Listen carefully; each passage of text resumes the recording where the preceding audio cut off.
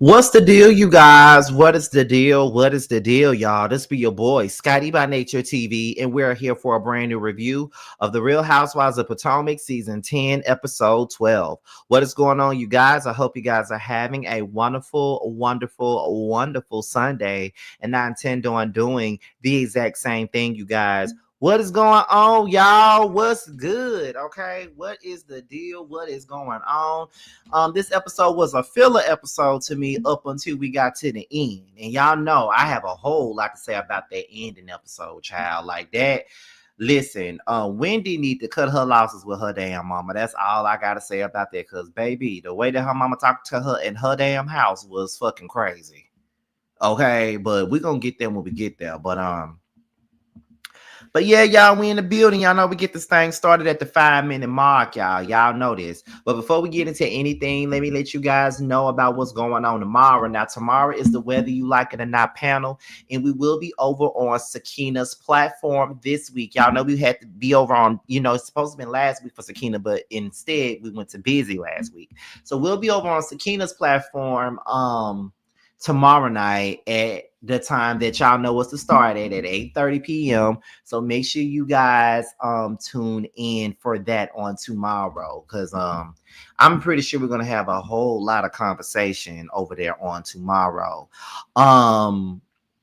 For those of you who haven't watched, y'all know that I'm on a web reality series called The Scene ATL, and it will be coming on every Wednesday on the Stylish TV network. Make sure you guys are tuning in every single week to see myself, Carl, JT, Bando, DJ, and Delon every single Wednesday on the Stylish TV network, y'all. And there is an after show after The Scene ATL, which will be over on Josiah's page right after the show. Okay. So that's pretty much the gist today, y'all. But yeah, honey, we got some things to get into. We got some things to discuss, honey. We do. We got some things to talk about, y'all. I hope y'all holiday go better than mine, because I'm gonna be here. I'm gonna be in Atlanta by myself for the holidays. Everybody gonna be with their families but me. I couldn't get off of work. So I got to stay here again, another holiday, but I'm going to make the best of it. You know what I mean? I'm going to do the best that I can. I always do. Me and Bando probably going to hang out, though. We probably going to figure out something like we did for Thanksgiving, because neither one of us got family here. We're probably going to hang out. Probably going to hang out and stuff like that. Let me see. Make sure that I just mentioned the actual name. The actual name of the show is The Scene ATL. That's the name of it. The Scene ATL. I know they say the Ghetto Gays of ATL, but that is some shit that Busy made up in his head. So excited, my book is on the way. Yes, the Jail Slayer. It is on the way, honey. I'm telling y'all. For this next book, I gotta make better. This was my first time. And I think I underestimated myself with the pre-orders. Like I said before, I did not think that many people was going to pre-order this book, but they did. And that's why the pre-orders were so delayed. And I got like 4 more to send. So, we'll be done by the end of the year, basically. You know what I mean? Like, we got 4 more to send out, and I'll be done sending them. But in the meantime, in between time, Amazon is Amazon has the books and Kindle. So if y'all want a book, y'all can go to Amazon and order it. But the ones that I've sent off myself were people that pre-ordered a signed copy from me. So yeah. But I really do appreciate all of the love and the support from you guys. Y'all really did support me in this book, just like y'all are supporting me in The Scene ATL, because it's mainly Scotty Gang that be in the building all the time. Y'all really do be supporting. So I really appreciate that. So let's go ahead and get into the mess of the mess. Okay, let's talk about the Real Housewives of Potomac. So let me go ahead and pull out my notes, y'all. Let's go ahead and do that. So we still at that potluck that they did. Potomac don't never put together no lavish events. It's always some cheap shit. You know what I'm saying? But I don't really expect too much opulence from these girls like that any goddamn way. It's fucking Potomac, Maryland. Like, I'm not expecting that much from them. But anyway, they're still at the potluck, and Ashley accuses Angel of only moving to Potomac to be in the group. Ergo, she's accusing Angel of moving to Potomac just to be on the show. And Angel denies that fact. My thing is this. I wish she wouldn't deny it, because if you did move to Potomac just to be on this show, then so the fuck what? Girls do this shit all the goddamn time. A lot of these girls get on these shows and they don't even live in the cities that the shows are filming in. So they have to come here and find a house to stay in. Just like I said, Kenya Moore, when she first got on the Housewives of Atlanta, she didn't live here. Her ass lived in LA and she had to find a goddamn rental. And ultimately, she built a house from the ground up and moved here. But her ass was staying in Atlanta at first. So at the end of the day, if she did get a house just to stay here and stay down there in Potomac, so the fuck what does it have to do with you? That's the part that I'm trying to understand. What's the fuck it got to do with any of y'all? You feel what I'm saying? And Angel, you really don't owe nobody shit, because these girls really don't give a fuck about you. They don't care about you. They don't really like you. They don't care about your well-being, and they don't care about your kids' well-being. They don't care about your family. They don't give a fuck about none of y'all, to be quite honest. So you really don't owe them shit if you really ask me any questions. You don't really owe them anything. And the fact is, you did come here for the show. And once again, it ain't nothing to deny. It ain't nothing to not own. It ain't nothing to be afraid of. Because just like I said, she did that. Most of these girls don't even stay in fucking Potomac. They stay in the Metro DC area. Yeah, but some of these girls don't even stay in goddamn Potomac. Some of them stay in fucking Virginia. Some of them stay in fucking DC or whatever. Like, they're not in Potomac. At least she's in motherfucking Potomac. Motherfuckers like Gizelle, she live in Bethesda and all this other shit. Like, she's in Potomac. So it really don't matter where the house was, why she got the house and what reason for it. She got the house to be on the show. So the fuck what? And she wasn't evicted. Her lease ran out. When I hear the words evicted, eviction means you didn't pay your rent, so you got kicked the fuck out. That's what the fuck eviction is to me. You know what I mean? Maybe I'm not putting enough hot sauce on my burrito, baby. Maybe that's what it is. But when I hear the words eviction, that means I ain't pay my house note, so therefore my ass that got kicked out on my ass and got a Jordan print on my ass on the ground. That's what it is to me. But here's my thing. Like I said, I know that a lot of y'all don't like Angel. I know that Angel ain't nobody's favorite this season, and I get that, but they're doing way too much with her on this house shit. And the thing is, these girls wonder why this lady doesn't really want to get to know them like that, or is very, very cautious with getting to know them, because the first piece of shit that they get, they're ready to drag her for it. They're ready to make a thing a thing. That's what they're ready to do. They don't really care about that girl like that. So at the end of the day, I really don't blame her for being very cautious with trying to get to know these bitches, because these girls don't care about her, especially as she's talking about, well, I'm just wondering if I'm just glad that your family is okay. You're not glad about the family being okay. You was ready to get some shit going. Next thing you know, Stacey sees Sharice, and Sharice comes over to hug Stacey, and Stacey feels the same way all of us feel when we see Sharice. Sharice is like a gnat. I don't know why the fuck Sharice and her wigs are even around, but I can't stand Sharice. I don't like Sharice, and I don't understand why the fuck she's here. Why are you here with half a lingerie on and half of a business suit on? Like, girl, why the fuck are you even here on top of that? So when Stacey was giving Sharice that damn energy, look, that's one thing I can agree with Stacey on, to be honest. That's one thing that I could agree with Stacey on. Nobody wants to see Otis, aka Sharice. Nobody wants to see her in the least bit. So it is what it is.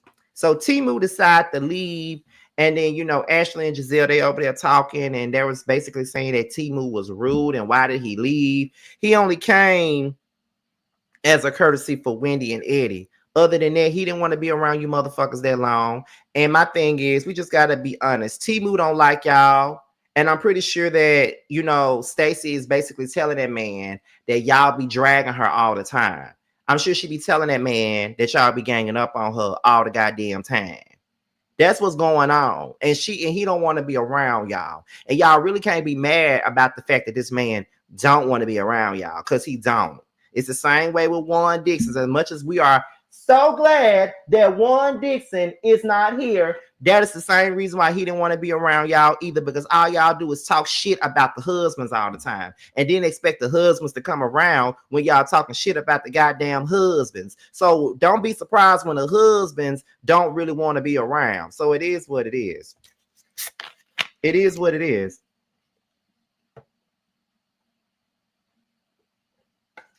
And the next thing you know, it's revealed that Ashley was walking around here locking lips with Sharice's 27-year-old son. And Sharice, you ain't got a problem with that. Ashley is a slut from the 90s, and that's just what it is. But it's crazy that she's calling Stacey a hoe. But here she go being one. If you ever listen to Ludacris's first album, Back for the First Time, Ludacris had a song on that album that I love. It's one of my favorite songs, and it went a little something like this. Oh, use a hole, use a hole. I said that use a hole. Oh, use a hole. Oh, use a hole. Oh, use a hole. I said that use a hole. Oh, can't turn a hoe into a housewife. Hoes on the act right. Is hoes on a mission or is hoes on the crack pipe? Hey, ho, how you doing? Where you been? You're probably doing the hoe stuff because there you hoe again. Okay? That's Ashley. All the way. All the way. So it is what it is, child. Like, I can't. Ashley would kiss anybody. Ashley would kiss a cow that say she put her lips on somebody. That's just how desperate her ass is. Because what the fuck is you... Girl, please. Like, are you kidding me? Girl, please. Why are you kissing folks' sons and shit? I'm just saying. Like, and Sharice ain't got nothing to say about that. Sharice ain't mad with her about that. I don't want Ashley kissing on my goddamn son, but that's just me, though. I also got to remember that everybody ain't me. Everybody ain't me. I can't be sitting up here doing that. Okay, like for real. So it is what it is. Where are we? Okay, let's continue. Not Ashley is a not y'all calling Ashley a damn predator. Y'all think Ashley a predator? Y'all think she a predator? Ashley has no storyline. Oh, she definitely don't got no storyline. I think we all are in agreement with that one. She definitely ain't got no goddamn storyline for nothing. She ain't never been a storyline to nobody. Okay? And that's on period. She ain't never been a storyline or a sisterhood to nobody. And that's on period. Okay? I see a lot of my moderators are up in here. Okay? Ooh, that's a t-shirt.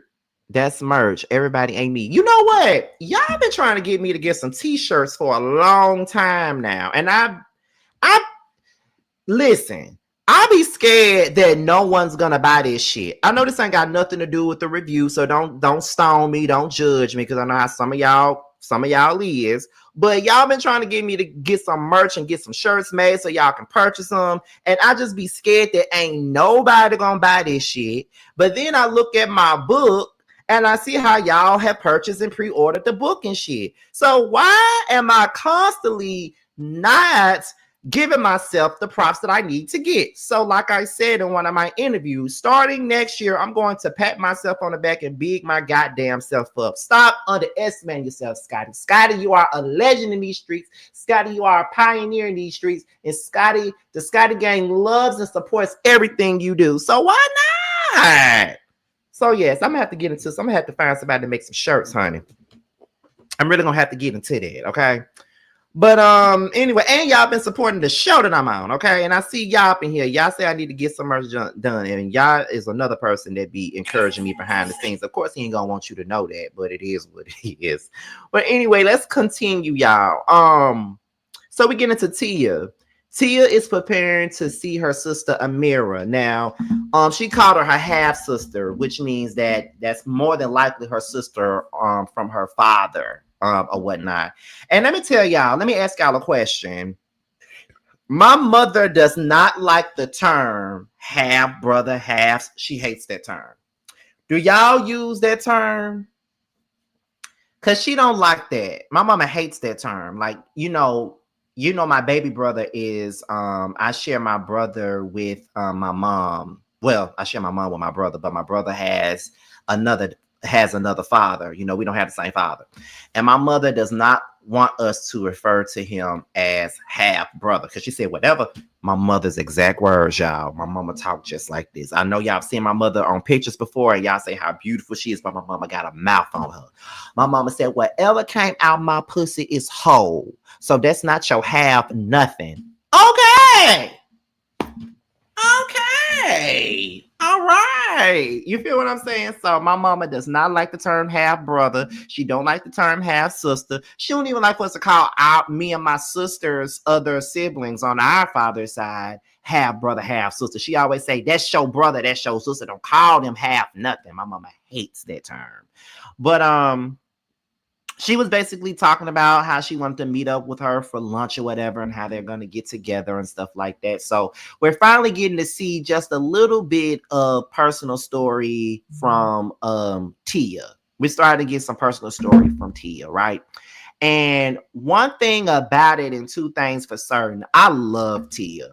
I don't know about y'all, but I love me some Tia, and can't nobody make me not love Tia. You know what I mean? So I love Tia. And it's just something about, although her scenes with her kids are like yay short, I enjoy those scenes. Her family dynamics are funny. And I do think that them kids are half raised as children. I really do believe it. And I do think that they are spoiled as fuck. But however, I love those scenes, and the dynamic with her and her husband is even funnier to me. Like I could sit there and watch Tia and her family all day. I can only imagine how chaotic that house really is. Like, have y'all ever just paid attention to Tia's family and paid attention to like Tia's husband and the way that they laugh and shit? Like, I think they have fun up in that damn house. What do y'all think? Because I be waiting to see a scene with her and her family. And I know those scenes be very, very short, but baby, I be enjoying those scenes. I love Tia. I love Tia and her family. Let me see. I have siblings on my father's side, and we call each other that. We get along half the time, so why not? Oh my goodness. My mother hates that too. I don't use it, and my sister is considered my half, but she's my whole sister. I agree with mommy Scotty. Okay, Scotty, in 2026, you better pop your shit. Well, y'all, you have my permission that the moment that you catch me not doing it, you get to curse me out. How about that? I give you permission to get on my ass when you catch me doubting myself. I like it because it seems real. Right, it does. Tia's house is wild. It is, honey. Me and my sis have different fathers. That's my sister. It's definitely different when you're growing in the same household and same mother. Yeah. Let's go ahead and get into the next scene. It's Stacey. Now her and T-Mu, they're working out, and they're doing whatever they're doing. I don't know if it's me, but I don't see any chemistry between Stacey and T-Mu. And I don't really think that she really wants to be with T-Mu like that. I think that it's giving force to me. It's giving kind of force, but I'm not necessarily in their relationship, so I don't know how they are. They could just be two awkward motherfuckers that was just attracted to each other. That could be what it is, but they are very awkward together, but it's not as awkward as it was with Tawana J, aka TJ. It's not on that kind of awkward kind of time, but it's giving awkward just a little bit, though. Just a little bit. I ain't saying a lot of it. Just a little bit. You feel what I'm saying? It ain't that much. But I don't know. It's just not.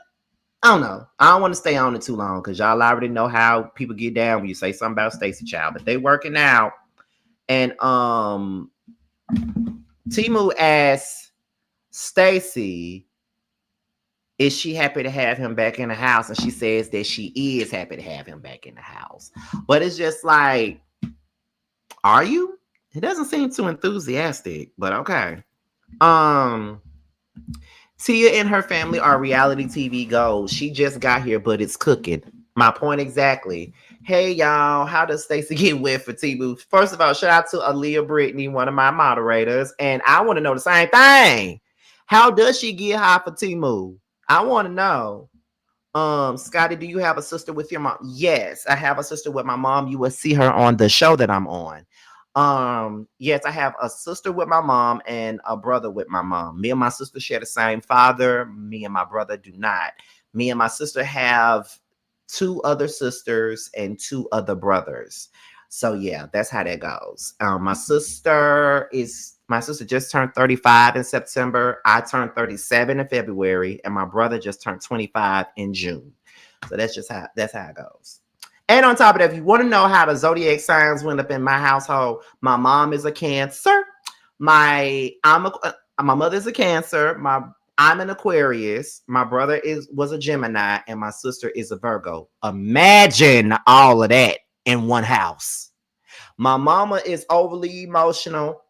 I'm very not emotional, very cold, very aloof. My brother got two personalities because he's a Gemini, and my sister is a Virgo. They like to argue. So yeah, child. Hey Gabby, how are you? I saw you. I've been seeing you in the comments on the scene, honey. Baby, the people trying to come, like there's people coming from Bando's past that's trying to come for me in the comments on the scene, child. It's just like, oh my God. I already knew this was coming. But anyway. She gets hot because it's giving Jason Byrne. Oh my God. But I mean, if Stacey happy, then let her be happy with T-Mu. I'm just not really that convinced. But if she's happy to have him back around, then she's just happy to have his ass back around. Like it is what it is, child. You know what I'm saying? Where we at? Let me see.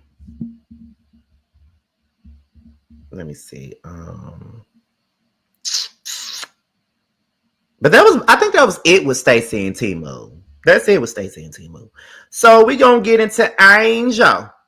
Now, Angel and Bobby, that's one thing that will always be a plus for Angel. She always keep her husband in her scenes with her. Her husband always around. So that's a plus for Angel for me. But she's trying to, plan the trip to Colorado, get the girls together. So, she's trying to, get something together for the girls, do a lot for the girls, put them in the house, cook for them, all of that.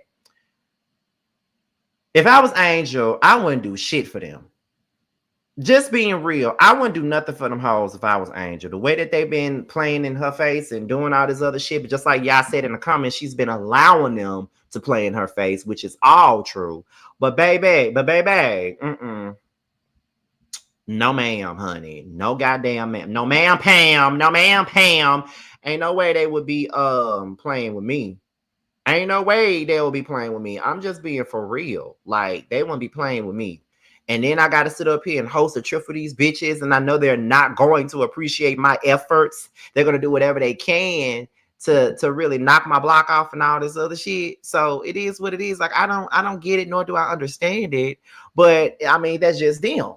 But Angel, do you, child? I just as much as I don't like, mean girls on these shows, I just really want Angel to tap into her mean girl just one time. Tap into that mean bitch one time. That's all I need from you. I need for you to tap into that at least once, because I'm tired of these girls playing on your top girl, because they really playing with you, and I don't like it. I don't like it, and I ain't no fan of that shit, honestly. I'm just not. So yeah, girl, I don't like that. You need to go on and tap into your inner mean girl and show them who's boss. I'd rather see that than this humble shit you giving. So let's get into Wendy and Eddie. So Pam and Eddie Hennessy, Pam Oliver and Eddie Hennessy, honey, they're at the house and they're gushing over their renovations with their stolen funds. And all I gotta say is, even though they pay for those renovations with all that stolen, fraudulent ass money, the shit look good now. No lie, the shit looks good. Okay, the renovations look good. I'm guessing that's a house they been had, And so, you know what I'm saying? They just decided instead of moving into a whole nother house, you know, we're going to just renovate the one that we already got and do whatever. So the renovations look good.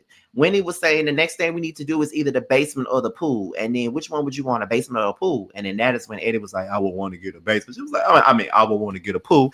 Yes, we're going to get a pool. We're going to get a pool. It's not going to cost that much. I'm just like, Bravo know exactly what they doing. They know that lady looking at some time in the slammer for this stolen ass money, and we sitting up here watching them renovate their house with this stolen ass money. Like, it is really crazy to me. And y'all, let's not act like the law ain't watching this goddamn show. They watching everything y'all doing, and they gonna use all that against y'all. It's crazy. Y'all did not think that through, okay, at all.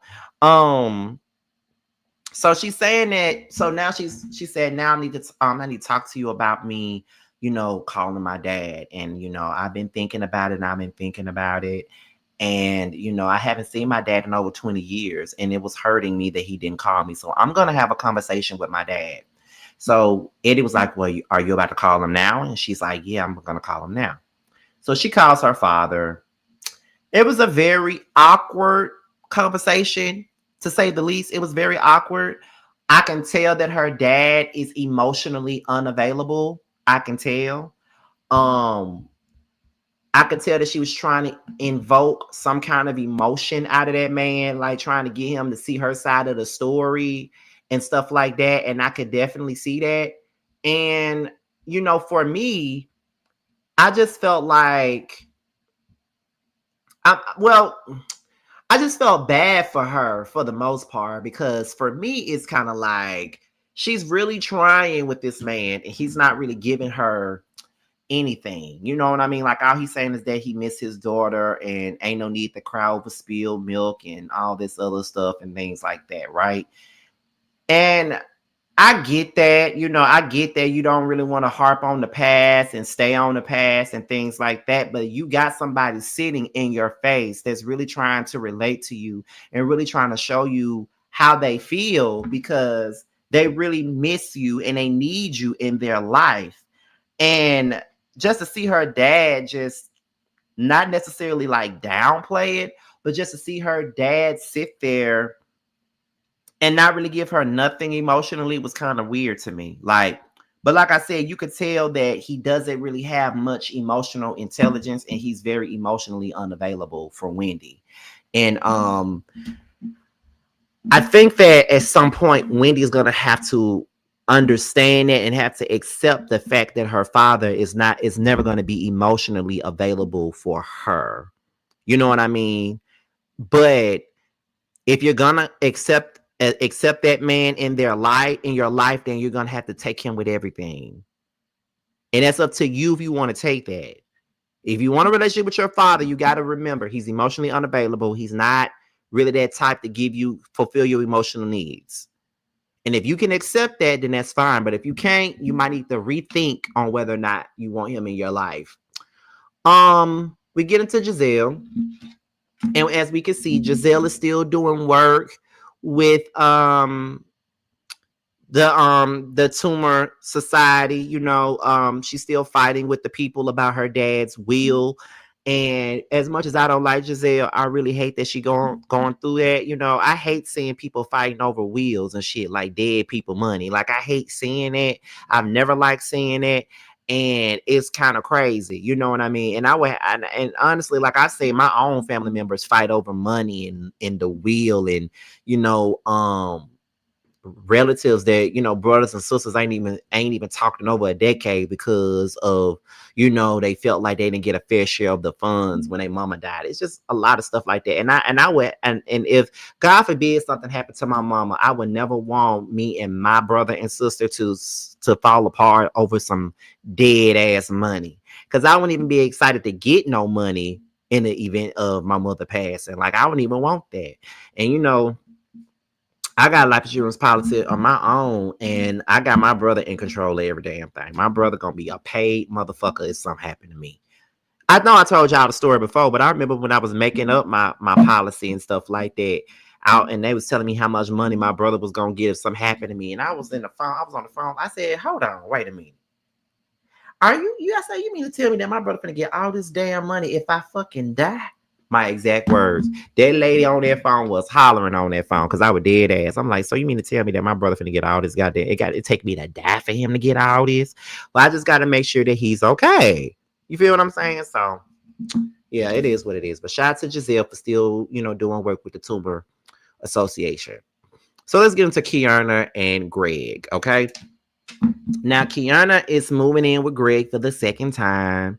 And like I said before, I know that Kay is not everybody's favorite person, and neither is Greg. But I don't know about y'all, but I'm seeing a little bit of a difference in Greg. Like he doesn't seem or sound miserable, like talking about. He seems like he actually likes Kay this time around. Like he actually seems that way this time around. Like, before we wasn't really sure if he really liked Kay like that. Like we really wasn't that certain, but it sounds like he likes her now. I don't know if that means anything to y'all, but it sounds like he like her now. And there he seems to be happy about her moving in. He went outside in the rain, helped her get all those boxes in the house. And she wants a ring, but it's really not a big deal right now to her. She's just gonna wait it out. I'm looking at Kay and Greg, and I'm looking at their relationship. And when you put your relationship on Front Street like this and your relationship moves a certain way, people are very judgmental of that. And I definitely understand that because people really don't know exactly what's going on in your relationship. They just know what is being shown, and what's being shown may not be in the best light. However, but I do believe that they did work on their relationship, and I do feel like Greg do want to be with Kiana for the long haul. It's just that they had to work through some issues. And I did think that damn picture frame was a bit cap. Talking about something that's gonna be the first frame they put a picture of themselves in, which was kind of crazy to me. But okay. But yeah, I am interested in seeing what's gonna happen. And they were talking about deeds and stuff like that. And I think it's way too early for them to be talking about deeds, and ain't nobody put no ring on it, and ain't nobody got married. Let me look at y'all's super chat. Thank you for the $9.99 super chat, y'all. When I had my initial policy, my mom was the primary and my siblings were secondary. My middle sibling asked why he was a primary. When I asked was I primary on his, if he had one, he was quiet. Child, you know how that go. You already know how that is. They expect to be primary on everything.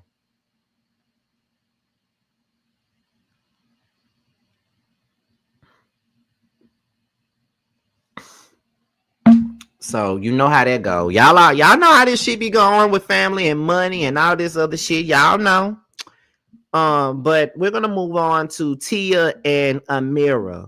So she has lunch with Amira, and she did not meet Amira until she was like 12, and then they discussed how their relationship started once their father passed, because they had to bury their father as a family, and how it was late in the game when they started their relationship. And that's normally how it be.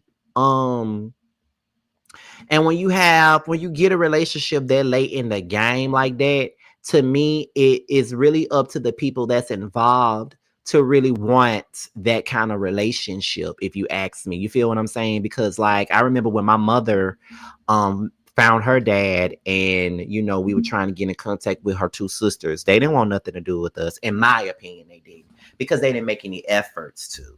They're on my Facebook friend list or whatever, and they don't have any kids. My mom was the only one out of her two sisters that got kids. So they got a niece and two nephews that they don't know and they don't want to know. And when I realized that they really wasn't trying to get to know us and all that other stuff, I didn't reach out. I didn't do nothing. So to hear Tia and Amira and how they began their relationship was it was a great, like I said, it's good to see Tia's backstory, because we haven't really seen a lot of that. So just to see the struggle of them building their relationship and them not really knowing each other and the things that happened with their dad. It was great to see that and all that other stuff. So, when it comes down to family and relationships, y'all know I wrote the book on that. I already know how that fucking goes. But, it is what it is, though. But shout out to Tia and Amara for bringing some realism to this goddamn show. Okay, I enjoy the real conversations. That's all I can say about that. Now let's get into the last scene of the night, and this is the scene that I've been waiting to talk about, and that is Wendy.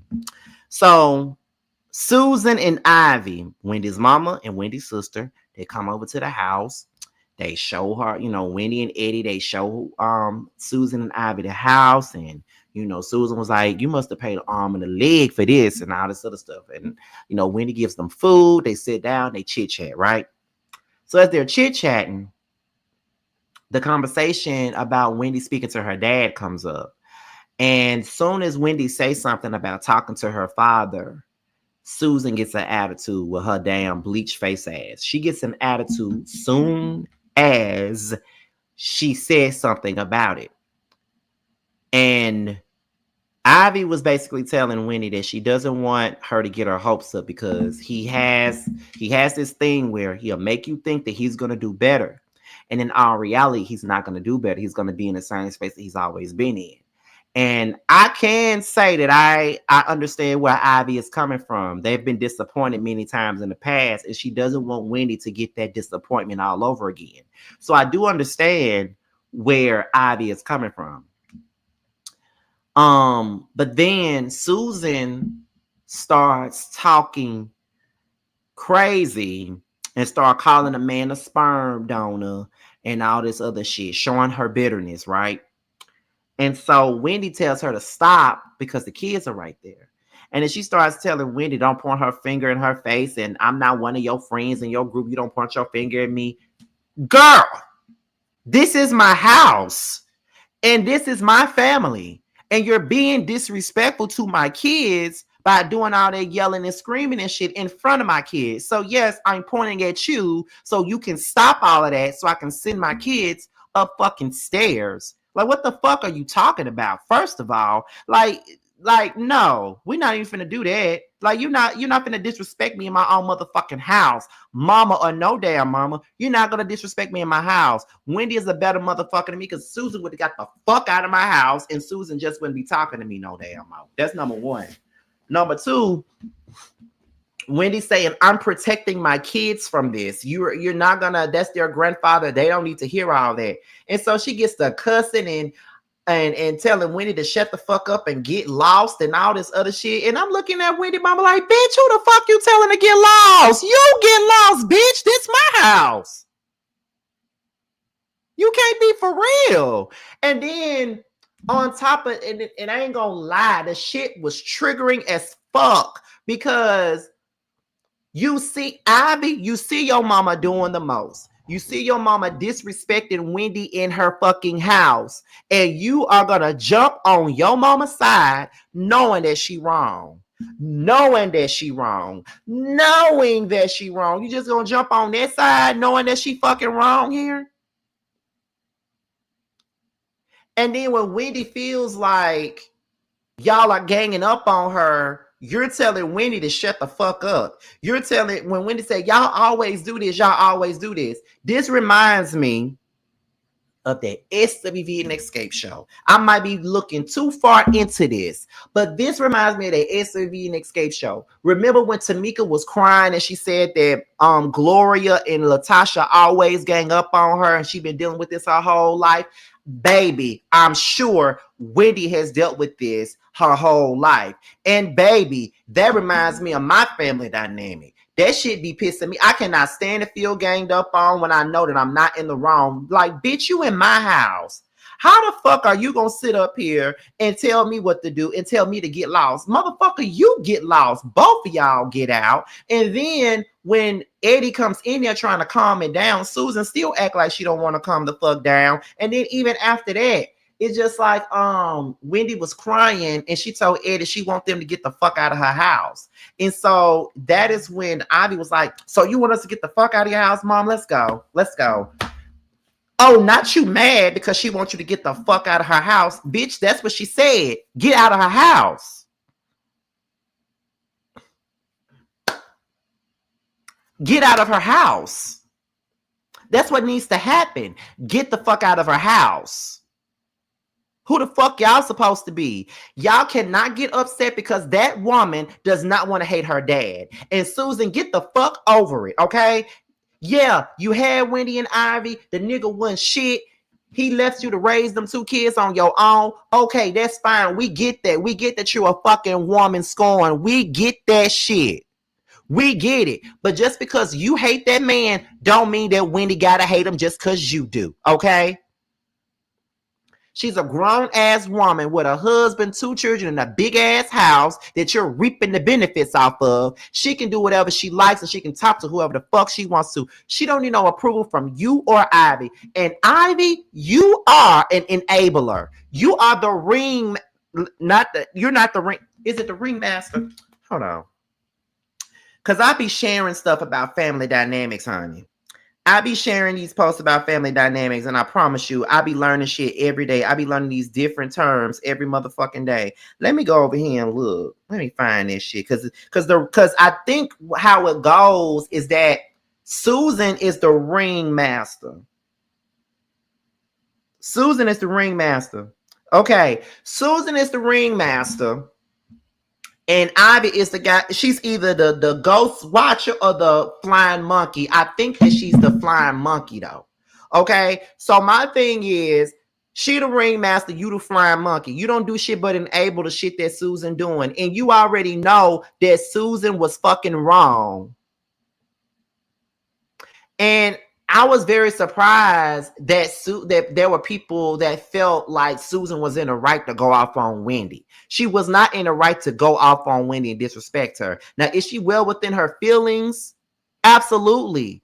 But Susan cannot tell Wendy what to do when it comes down to her fucking daddy. If she want to talk to her fucking father, that's on her. And if Ivy doesn't want to talk about her damn dad, she doesn't have to. Everybody has the right to do so. Just because you feel some type of way don't mean that I gotta feel that way. Susan was dead ass wrong. Ivy was dead ass wrong. They were both dead ass wrong for ganging up on that girl in her own motherfucking house. Like, let's be motherfucking for real, though.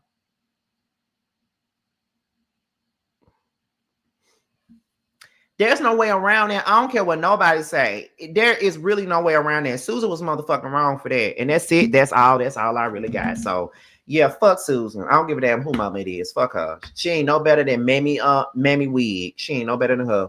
But anyway, y'all, that's it. That's all. I hope you guys enjoyed the show tonight because I enjoyed talking to you. Now, make sure you guys tune into the Scene ATL every Wednesday on the Stylish TV network. Make sure you guys tune in and let it be known, let it be known that y'all are in the building. I think I'm going to make a poll after this, and I'm going to exclude myself from the poll, and I want to know who is y'all favorite on the show right now. I'm going to exclude myself. I'm going to put JT's name in there, Carl's name, Delon name, and Bando's name. I want to know who the fuck y'all feeling outside of me. I want to know who y'all feeling on this show. Make sure you guys tune in every week for the Scene ATL. Make sure you guys grab my book. It's now available on Amazon and Kindle Books. Make sure you guys go and pick it up. I'm already gearing up to get ready for part 2 of That's Why You're Lonely. So be on the lookout for that as well. And make sure when you pick up the book on Amazon, or even if you get a pre-order, please leave reviews on the book. We only got 3 reviews on the book on Amazon. We need more so that it'll attract more people to buy it.